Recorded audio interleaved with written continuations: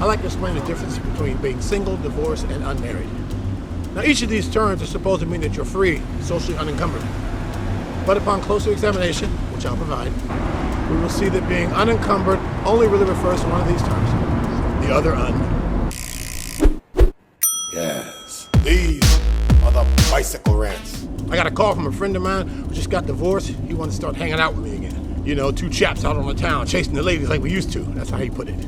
I was all for it until he said he was excited he'd get to hang out with someone who was still single. Yeah, I hated to burst his bubble, and I told him I was no longer single. Hadn't been for years. Although I had sidestepped the pitfalls of matrimony and deflected the possibilities of divorce, to him it appeared that everything had stood still over the years. But I have indeed moved on. I am classified as happily unmarried.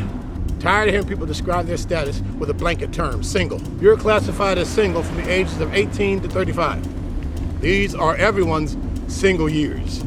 You don't remain in this category forever. If you choose to stay single past these years, you'll be recategorized as unattached. You are in a holding pattern, circling marriage.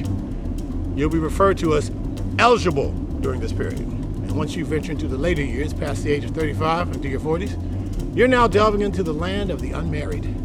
This is where I reside.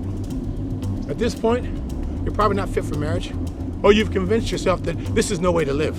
Like most situations in life, you're in a great place. If you keep your head about you, you've skipped all the silliness that comes with marriage, and you've reached your divorcing years with everything intact. And no possibilities of divorce. You should be leaving somebody right now, but because of the choices you've made in life, you have no one to leave. And nobody to kick you to the curb either. Amen.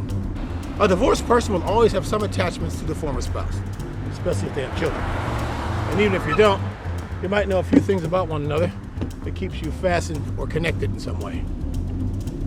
Divorce generally carries a lot of relationship residue. If everybody has baggage going into a relationship, then you surely bring some out of one, especially one that ends in court. Alimony is a perfect example of this. These are the bicycle rants. The bicycle rants, posting 1 p.m. every other day of the week.